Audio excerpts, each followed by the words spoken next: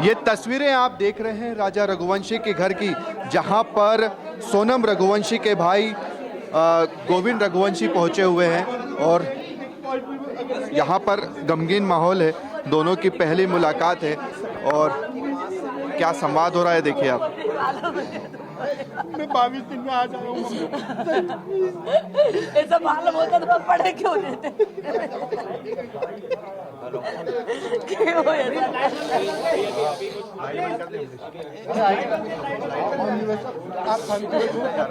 बस मैं ये बोल रहा हूँ,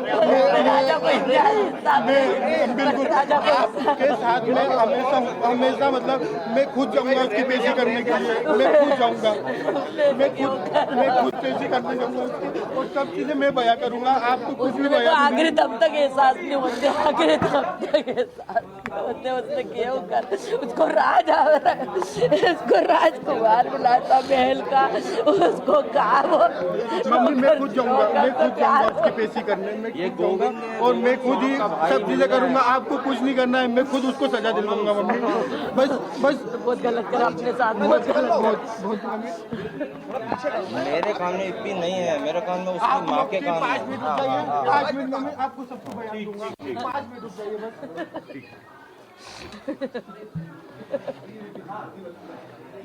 नहीं वो काटो मत। सोनम के भाई की देखिए किस तरीके से ढांढस बता रहे हैं, संभालने की कोशिश कर रहे हैं राजा की मां को। लेकिन अगर आपने ये बातचीत अभी गौर से सुनी हो तो उन्होंने ये बात खुद राजा की मां को कही है कि अगर मेरी बहन गलत है, अगर गलत हुआ है राजा के साथ, तो मैं ये सुनिश्चित करता हूं कि मैं सजा खुद दिलाऊंगा। मैं खुद इस पूरे मामले में देखूंगा कि किस तरीके से एक्शन लिया जा रहा है, आपको कुछ करने की जरूरत नहीं है। तो अब सोनम के भाई की राजा की मां से हुई मुलाकात की ये सीधी तस्वीर आपने देखी, लेकिन मीडिया के सवालों का फिलहाल वो किस तरीके से सामना कर रहे हैं, क्या क्या जवाब दे रहे हैं, इंसाफ दिलाने की बात फिलहाल राजा की मां से गोविंद ने कही है। गोविंद जो सोनम के भाई हैं, जो इस वक्त राजा की मां से इंदौर में ये मुलाकात कर रहे हैं।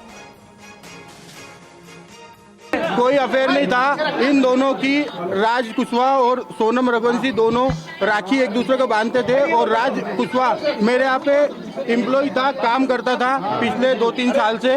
बस इतना ही कि मैं खुद 22 दिनों से मेघालय में बिना खाना खाए, बिना कुछ करे मैं खुद ढूंढ रहा था, और अभी भी मैं 96 घंटे से सफर कर रहा हूँ और डायरेक्टली यहाँ पे आया हूँ। मेरे को यूपी पुलिस ने मिलने नहीं दिया सोनम से। रात को 10:30 बजे मेरी मुलाकात उनसे हुई है, वो भी 2 मिनट के लिए मुलाकात करी, उसमें भी 25 पुलिस वाले थे। मैं उनसे कोई आंसर क्वेश्चन नहीं कर पाया। ये चीजें गलत है। सोनम की माँ को अगर धमकी देते, सोनम की माँ को अगर बताते, तो कोई भी माँ अपनी बेटी के लिए ये नहीं सोचती कि घर बर्बाद होता। शादी के लिए जो जल्दी करी गई है, वो जो भी पंडितों ने मुहूर्त निकल आया था, वो मुहूर्त सिर्फ उस दिन का लास्ट था। 11 मई का हमने 4 मुहूर्त निकलाए थे, 11 मई लास्ट था। और उसके बाद तो सोनम के भाई को आप लगातार सुन रहे हैं, और शुभम उन्होंने उन तमाम बड़े सवालों का जवाब देने की कोशिश की, क्योंकि ये सवाल थे कि क्या सोनम और सोनम की मां इस पूरे मामले के बारे में जानती थी। ऐसे में बड़ी बात यहां पर सोनम के भाई कह रहे हैं कि अगर सब कुछ पता होता तो एक परिवार अपनी बेटी के लिए ऐसे फैसले कैसे ले लेता।